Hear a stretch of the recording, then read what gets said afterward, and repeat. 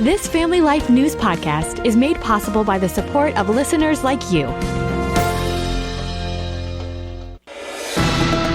It's the Noon Report from Family Life, bringing a Christian worldview to what's happening in New York, Pennsylvania, across the country, and around the world.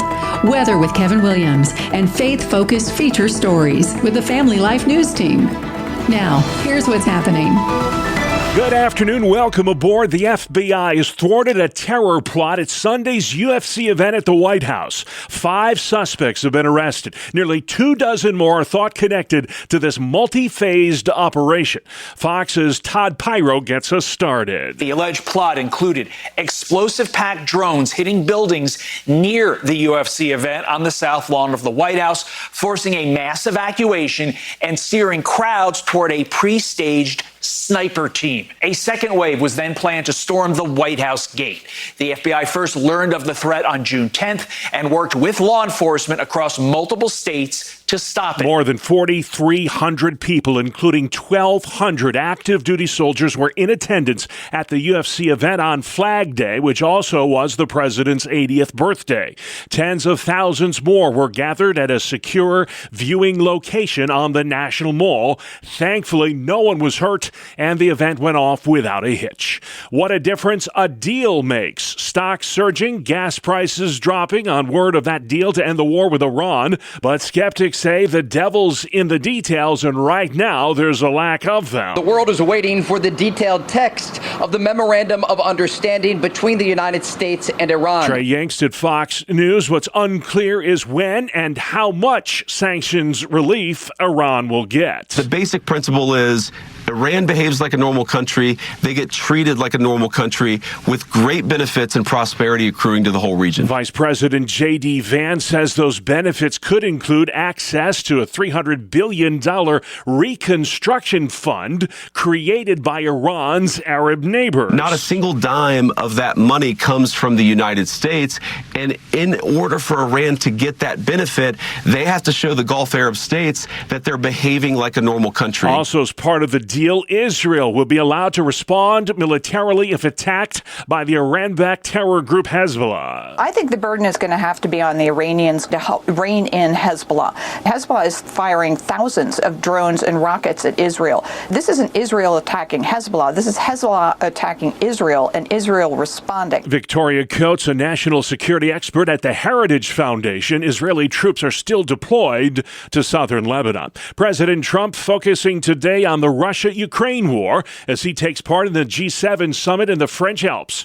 Fox's Aisha Hasni. From one conflict to another, the president talking about the Russia war on Ukraine. And the president, maybe because of the momentum of the Iran deal with the wind at his back, is feeling pretty optimistic about the Ukraine war coming to an end. Security analyst Dr. Rebecca Grant. Putin will never have the victory he wanted, and you're looking at about 500,000 Russian war dead, more wounded. This is incredible pressure, and Trump may have a moment to increase the pressure on Putin to agree to a ceasefire. Europe's largest war since World War II has now lasted longer than the First World War. President Trump's grip on the Republican Party being tested yet again today. It's primary day in 3 key states and the District of Columbia.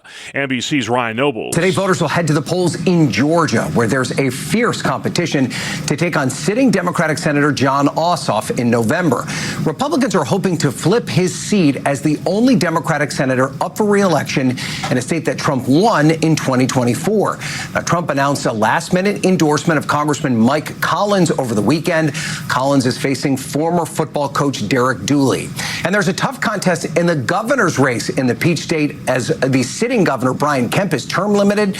Lieutenant Governor Burt Jones has Trump's endorsement and is facing a political outsider, billionaire businessman Rick Jackson, who spent a whopping $93 million of his own money in the race. There's also primary elections in Alabama, Oklahoma, and Washington, D.C. today. The investigation continues into Monday's deadly crash of a B-52 bomber at Edwards Air Force Base in California. That accident left 8 dead, including members of the military, government contractors, and civilians. Air Force Colonel James Hayes. Our thoughts and prayers go out to the family members. This is a tragedy, and this is going to be the worst days of their lives. We understand that, and we want to keep them in our thoughts and prayers. The massive military aircraft went down during a routine training mission in the Mojave Desert, about 100 miles north of Los Angeles. Over half of middle-aged workers in this country are caring for a parent while holding down a job.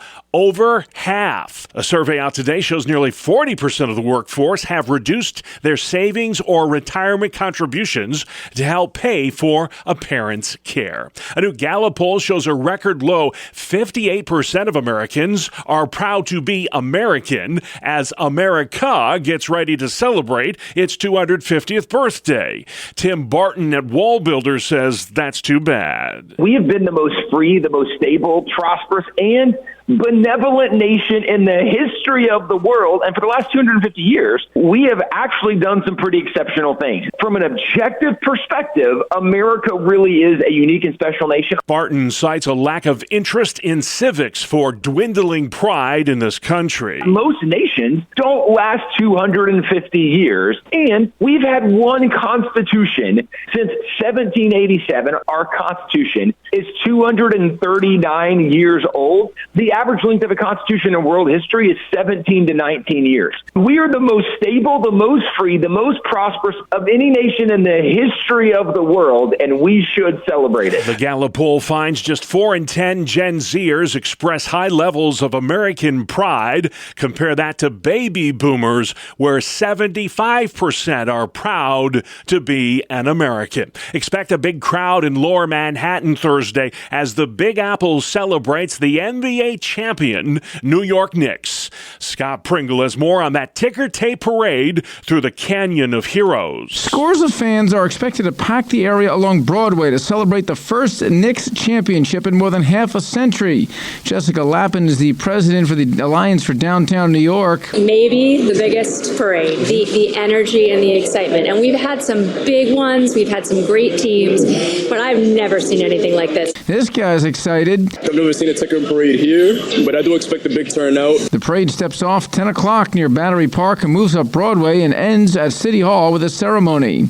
In New York, I'm Scott Pringle. Still to come on the Noon Report, Kira's Law, Gendron's trial, and court rules on skill games. A very good afternoon. I'm Kevin Williams, looking at, by and large, pleasant conditions today, but showers and storms there in the forecast for the next several days. We'll have details coming up. We'll see you in 10. All right, see you then. Thank you, Kevin. Jury selection is underway in the federal trial of top supermarket gunman Peyton Gendron in Buffalo, New York.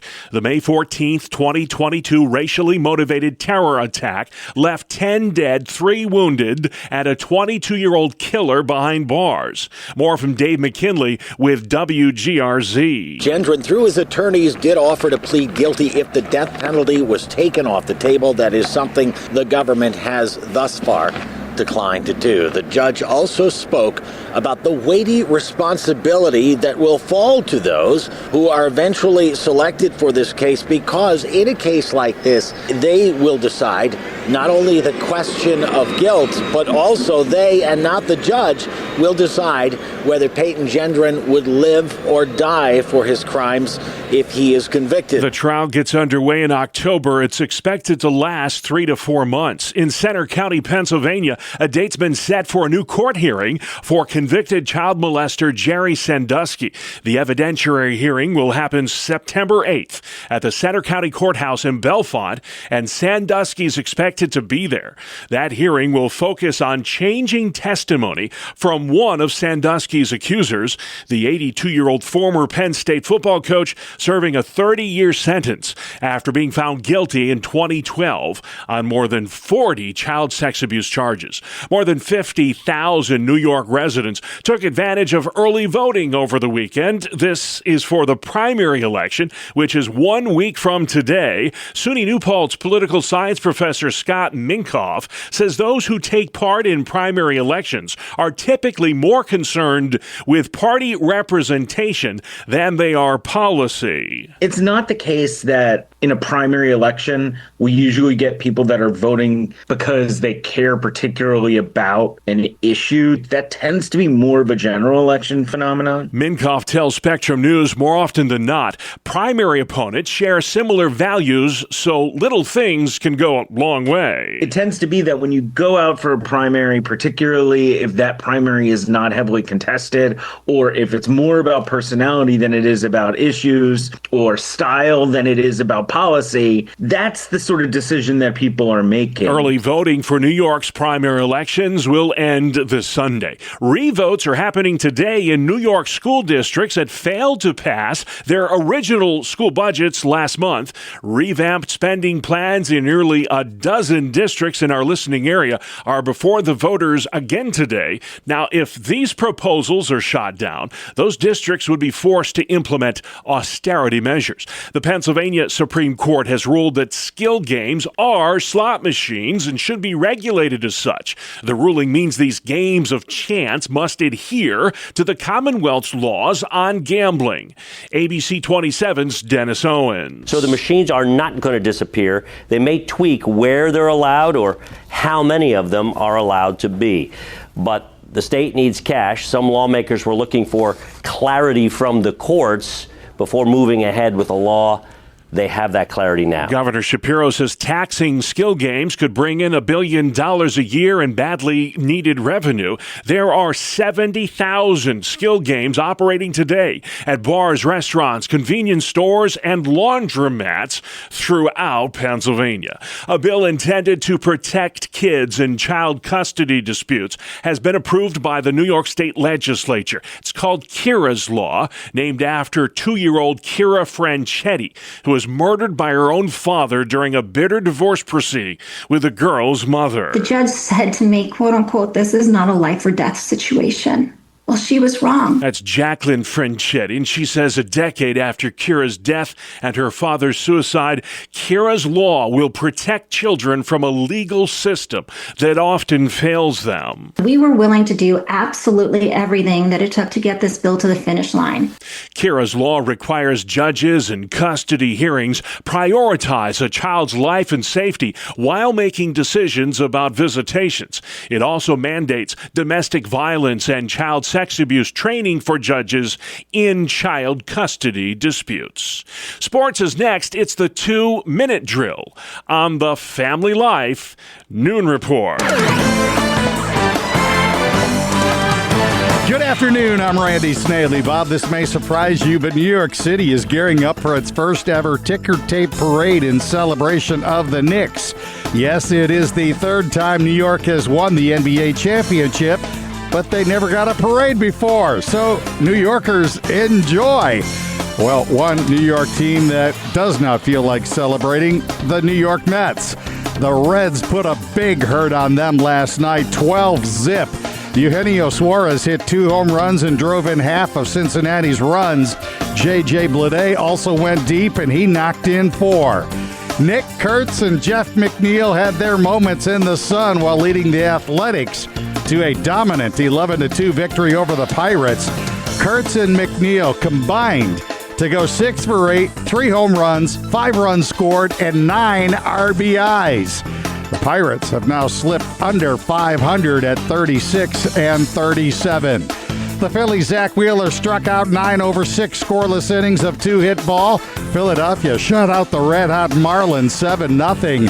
Gabriel Rincones Jr. had his first major league hit, a home run. And JT Realmuto also went deep as the Phils handed Miami only their 3rd loss in 13 June games. Pete Crow Armstrong became the first big leaguer to hit for the cycle this season. The Cubs rallied for a 5-4 victory over the Rockies. Dustin May took a perfect game into the 7th inning and finished with a 1-hitter. The Cards shut out San Diego 3-zip. It was May's first complete game in the Bigs. Colt Keith belted 3 home runs and drove in 6. The Tigers blew past the Astros 9-3. Minnesota, Washington, Arizona, and the Dodgers also won their respective games. That is a look at sports. Thank you, Randy Man. Still to come on the Noon Report for Tuesday, terror plot at UFC event, Trump sells Iran deal, and the Nehemiah Project in Altoona. Welcome Welcome to Breakpoint, a daily look at an ever-changing culture through the lens of unchanging truth. For the Colson Center, I'm John Stonestreet. There are claims about Christianity that continue to make their way into popular books, movies, and TV, but are simply not true. For example, claims like the Gospels were written too long after Jesus to be accurate, or that early Christianity was progressive, or that Christianity was spread around the world by force, or that the church was anti-science and brought on the Dark Ages. According to the Apostle Paul, Christians should be ready to speak truth at all times, and the Apostle Peter exhorts believers to be ready with an answer when asked about the hope that should define our lives. Though the task of defending the faith can seem overwhelming, there have never been more resources available to Christians than right now. And of course, Christ has fulfilled his promise to give us the Holy Spirit, so we can do this. For example, we have every good reason to trust the four Gospels as reliable sources of information about who Jesus was and what he taught. The scholarship on the Gospels is extensive. A great place to start are the books of J. Warner Wallace, especially Cold Case Christianity and Person of Interest. Or consider this claim that early Christianity was basically just a New Agey religion until a group of men changed it in a bid to establish their own power. No. As Alistair McGrath put it in his book Heresy, the central tenets of the Christian faith were well established from the very beginning and not in dispute. The idea that Christianity spread around the world by force also doesn't hold up to the evidence. After all, for its first 3 centuries, Christianity was illegal. And when Christianity became more tolerated in the Roman Empire, the problem wasn't too many conversions by sword, but too many people joining because it was the new shiny religion. Besides, as Rodney Stark argued in The Triumph of Christianity, the church spread widely across Asia, outside of any political protection, for centuries before Islam persecuted it into a tiny minority. Today, arguably the strongest parts of the church are in places like Africa, South America, and East Asia, generations after colonialism came to its end. Instead of being a culturally imperialist force, Christianity became the first truly global religion.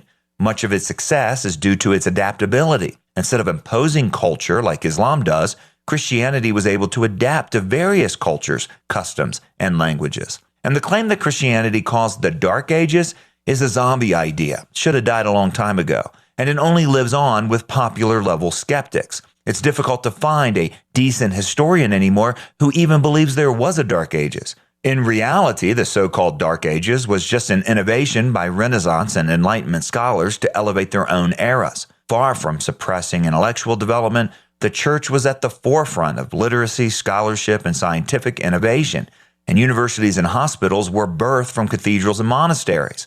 And the scientific and industrial revolutions wouldn't exist without first the centuries of Christian meditation on the personal God who created an orderly universe. Now, to be more clear, refuting these claims doesn't necessarily prove that Christianity is true, but we should not allow these myths to go unchallenged. Believers should speak of our Savior, of the Bible, and our faith with confidence of both objective truth and the confidence of our own changed lives. And unbelievers should know what it is that they're not believing in, rather than just basing their unbelief on falsehoods like these. For the Colson Center, I'm John Stonestreet with Breakpoint. Today's Breakpoint was co-authored with Dr. Timothy Paget. And for more resources or to share this commentary with others, go to colsoncenter.org/radio. Thank you, John. Outside next, weather where you live with meteorologist Kevin Williams. Here is your Family Life regional weather forecast for this afternoon. There's only a small chance of a pop-up shower thunderstorm in parts of central New York. Otherwise, a fair amount of sunshine. High temperatures into the 70s. Tonight, we dip into the 50s. It could be a late-night shower in northwest Pennsylvania and western New York. For tomorrow, considerable cloudiness, a couple of scattered showers and thunderstorms, high in the 70s. Widespread showers and thunder later tomorrow night into Thursday. More humid on Thursday as well. High temperatures mid-70s to the middle 80s. All right, thank you, Kevin. This is the Noon Report on Family Life. I'm your host, Bob Price, and here's what's happening Tuesday, the 16th of June. The FBI has disrupted a plot to attack a UFC event at the White House Sunday night. Agents thwarted a multi-phased operation involving explosive-laden drones that were intended to strike nearby buildings. Todd Pyro at Fox News. More than 4,300 people, including 1,200 active duty service members, members were in attendance for UFC 250 on Flag Day, which fell on President Trump's 80th birthday, and tens of thousands gathered in a secure viewing area on the National Mall. Thankfully, nobody was hurt, and the event went off without a hitch. 5 suspects are in custody. 23 others have been identified as being part of this plot. President Trump in the French Alps today, sitting down with world leaders at the G7 summit. That global gathering comes as the U.S. and Iran get ready to sign an historic peace deal to end the war. That will happen Friday. Vice President Vance says the lifting of sanctions will only happen if Iran meets its obligations. They are not getting a single dime of American money. That's just not what this is.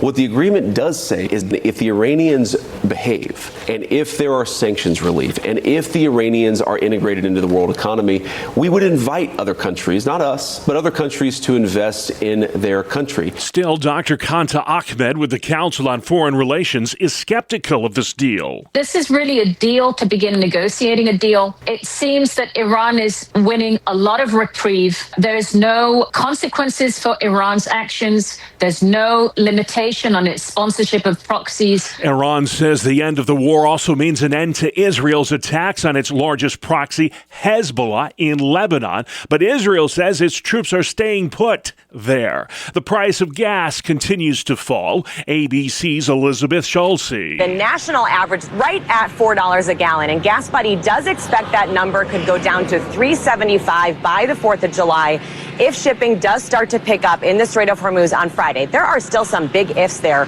One is that shipping companies are still waiting for clarity on this deal, with the ceasefire potentially expiring in 60 days. The airlines are saying airfares won't be dropping much this summer, even though demand for air travel remains strong. President Trump's political muscle being tested yet again today. It's primary day in Georgia, Alabama, Oklahoma, and the District of Columbia in the Georgia Senate race. Mr. Trump gave a last-minute endorsement to GOP Congressman Mike Collins over former football coach Derek Dooley. Here's Fox's political pundit, Tudor Dixon. Georgia is very similar to my home state of Michigan, and just yesterday a poll came out saying that 91% of Republicans in Michigan approve of the job Donald Trump is doing. I think that's what you're going to see in Georgia as well. Meantime, in Alabama's Republican Senate primary, Trump-backed Congressman Barry Moore is facing off against former Navy SEAL Jared Hudson. A deadly crash in the Mojave Desert in Southern California. A massive B-52 bomber went down during a training exercise at Edwards Air Force Base. Colonel James Hayes says the victims are a mix of military personnel and civilians. It was deemed that this was an unrecoverable crash and unsurvivable. Edwards Air Force Base experienced a horrible tragedy. 8 people were killed when the B-52 bomber hit the ground just after takeoff, some 100 miles north of Los Angeles. More signs of a slumping housing market. ABC's Jim Ryan has the numbers on permits for building homes. After a steep decline in April, the consensus was for at least a slight rebound in housing starts in May. Instead, the figure fell by another 15% to 1.17 million units. Looking ahead, housing starts might not rise in June either. 10,000 fewer building permits were issued last month compared to the month before. There's a scary new trend around the world, more violence at school. New research shows attacks on schools, students, and teachers jumped 40% last year. That's the largest jump in over a decade. More than 10,000 kids and educators were killed or hurt in 2025. A Florida couple plans to keep custody of their 6-month-old baby after an in vitro fertilization mix-up led them to give birth to someone else's kid. According to court documents, Tiffany Score and Stephen Mills will keep permanent custody of their daughter Shay after reaching an agreement with the baby's biological parents. The couple discovering they weren't genetically related to Shay after giving birth to the little girl who is not white. The couple is suing that Florida clinic where the IVF mix-up happened. A national poll out today finds parents are tracking their children's phones well into adulthood. The University of Michigan survey shows 52% of moms and dads track the location of their adult children between the ages of 18 and 25, and most say they do it for safety reasons. Nothing screams summer like sunscreen. Dr. Jennifer Lucas at the Cleveland Clinic says when purchasing sunscreen, sunscreen. It should have the words broad spectrum on it, meaning it covers all the rays of the sun that are going to hit your skin. And then I usually recommend you have a water-resistant or waterproof version so that it doesn't wash, rub off. Dr. Lucas adds that sunscreens with an SPF of 30 or higher tend to work the best. You're listening to The Noon Report on Family Life. Welcome back to another edition of Hometown Heroes on Family Life. I'm Mark Webster, and this week's guest is Heather Mangus with a multifaceted Altoona, Pennsylvania ministry called the Nehemiah Project.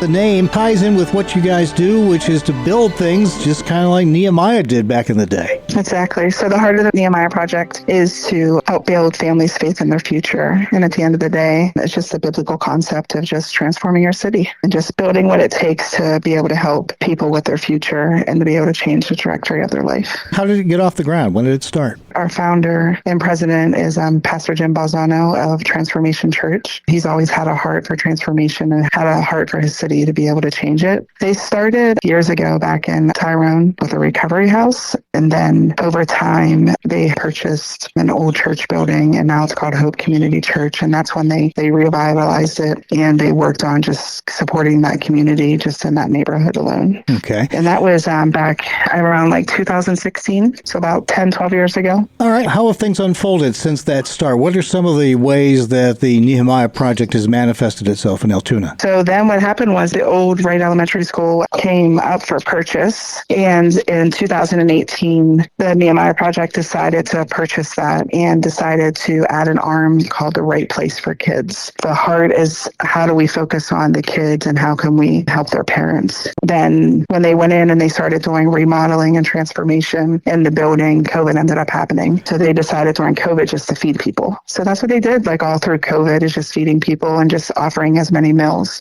So that's how the meal program began, because currently we serve 400 to 500 meals a day during the summer to the summer food program and also an adult meal program at our building. We actually now have remodeled the building, so every single floor is in full usage now. One of the programs that they added was called the Elite Performance. So the second floor is a baseball facility, and that's used for outreach, and it's also used for coaches to be able to come in and rent that to be able to teach baseball skills to individuals throughout the city. So that's been really amazing. During the winter season, we have over 100 kids come there a day with their coaches and learning baseball skills. And then on the third floor, we offer tons of resources for families. That's where we have our after-school programs. So we have a partnership with Refuge Network. They come to our building, and they're there on Thursdays and Fridays during school. And then we have a program called Kids Connect. So Kids Connect is an after-school program for kids. And then during the summer, that transitions into a summer program. So Monday through Thursday during the summer, we have a free kids program that from 10 to 4, that families can allow their children to come there if they're in the elementary school age range. The walls are singing with kids as we speak. Well, that's always a great sound to hear. With that elite performance aspect of what you're doing there, sports has been shown to be a really effective way to reach kids. It's the interest is there, and it's a great way to kind of draw them into the tent, if you will. Exactly, and that's exactly what's happening. We get the kids in there, and then they just ask what's next and what else they can do while they're there. And then the other beautiful thing is we have a room for autistic children called the RENS room, and any kids that struggle issues with sensory issues, they can use our RENS room for free. We have a zip line, we have a swing area, music corners. It's absolutely amazing. And then when the families come in, the parents are excited to see what we do, and they just ask what else we do. And that's where we introduce them to some of our classes, because we created an academy to be able to help individuals with personal growth. We are set up to take 75 kids a day. Anyone that wants to sign up, just feel free to visit our Facebook page or our website, and we'd love to be able to have them. And then don't forget that we have our meal program that's free for kids all summer long. You cover a lot of different bases here with all the different projects. It's got to have quite an impact. You've been at this for a while now and continuing to grow it. What has been the impact you've seen spiritually and otherwise on the Altoona community? What we get to see is we get to see the transformations of families. We have multiple entities these multiple programs to be able to get those families inside of our building. And what's beautiful is then they look at you and want to know what's next, what else they can do. And we just were able to create a space and create these programs that we can really meet people where they are and be able to support them on all these different angles to be able to transform their life. Because at the end of the day, everybody has a story, everybody has something that's going on that sometimes just makes us stuck and makes us realize that we all have a bright future, we all have a plan for our life, and we all can live this abundant life that God has for us. We just have to be able to go after it, and sometimes people don't know how to do that. So our heart is how do we be the light of Jesus and then be able to help transform their life and show them that they can have this abundant life. And I can tell you that we're seeing hundreds and hundreds of people's lives being changed every single day. It's absolutely beautiful. Nehemiah would approve. I love what I do. Yes, he would. That's Heather Mangus with an Altoona, Pennsylvania ministry called the Nehemiah Project. You can learn more at tnppa.org. Please join us again next time as we search for your home, your town, your hero. It's Hometown Heroes on Family Life. Thank you, Mark. Hometown Heroes comes your way Tuesdays during the Noon Report or online anytime at Apple Podcasts, Spotify, YouTube, and FamilyLife.org. And finally, at noon for Tuesday, the World Cup has taken the country by storm, and now one company's turning a lot of heads with its unique promotion for that soccer tournament. Here's Family Life's Brian Query. Jeep is betting big on Team USA and on Americans named George Washington. Through its All In on America promotion, the first 100 eligible people named George Washington who register could win a brand new 2026 Jeep Wrangler if the U.S. men's soccer team captures the World Cup title. The contest is open to U.S. residents 18 and older, with registration available through July 19th. Team USA started its World Cup run with a 4-1 win over Paraguay, but the road to a championship and those free Jeeps is just getting into gear.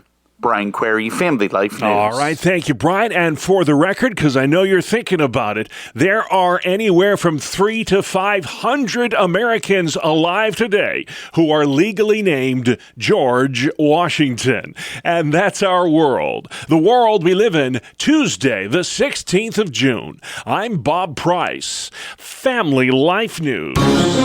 You've been listening to the Noon Report, heard weekdays on Family Life. Thank you for listening. Thank you for listening to this Family Life News podcast. If you've been encouraged by what you've heard, please share it with others and click the subscribe button to automatically receive future episodes. Family Life is a listener-supported ministry. Podcasts like this are made possible by your financial partnership. Find out more at familylife.org.